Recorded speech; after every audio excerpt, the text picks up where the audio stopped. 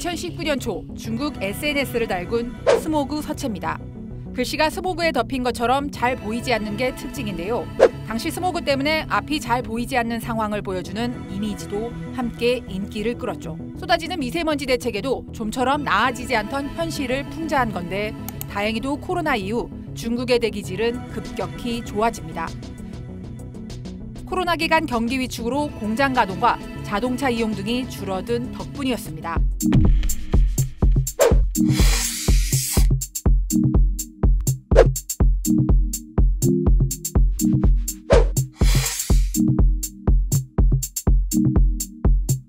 이 연구센터는 중국 대기질 악화의 원인으로 이것을 꼽았는데요. 바로 석탄 사용이었습니다. 이쯤에서 되짚어볼 게 쌍탄 정책입니다.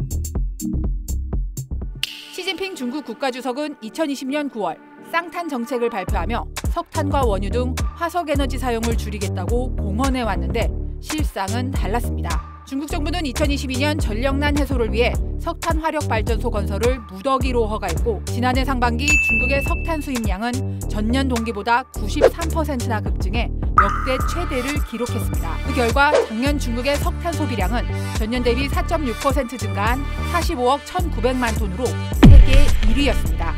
중국 석탄 소비량의 절반 이상이 전력 발전에 쓰이는데 폭염과 혹한 등으로 전력 수요가 급증할 때마다 화력 발전을 늘린 탓이었습니다. 수력 발전이 가뭄으로 제 역할을 못한 점도 화력 발전에 대한 의존도를 키웠습니다.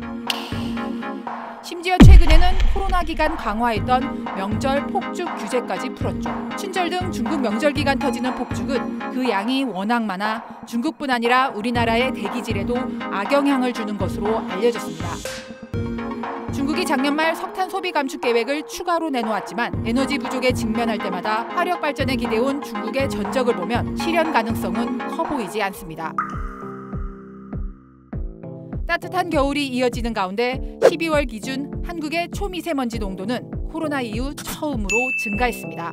이미 전문가들은 올 겨울 미세먼지가 전년보다 짙을 것으로 예상하고 있는데요.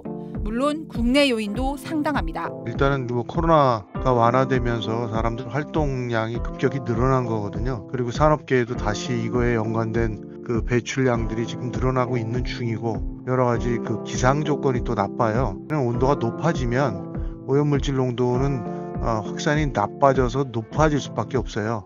여기에 중국 영향도 무시하기 어렵습니다. 국내 미세먼지 발생에 미치는 중국 영향은 보통 30%대 정도인데요. 겨울에 북쪽의 차가운 시베리아 기단이 약해져 기온이 올라가고 중국에서 불어온 편서풍 영향이 커지면 자연히 중국의 영향은 커집니다. 그런데다 석탄 수입량이 급격히 늘어나면 중국은 석탄 계열료 위주로 지금 활용을 하고 있기 때문에 연소율이 굉장히 나쁜 쪽의 연료들이고 그러다 보니까 불완전 연소가 많이 생기는 미세먼지 등에 대한 영향이 커질 수밖에 없고요. 그러니까 만약 편서풍 계열의 바람들이 영향을 받는 시기가 같이 겹쳐지면 우리나라도 나빠질 수밖에 없고 환경부는 고농도 미세먼지가 발생하면 중국에 긴급한 조치 사항을 요청하겠다고 밝혔는데요.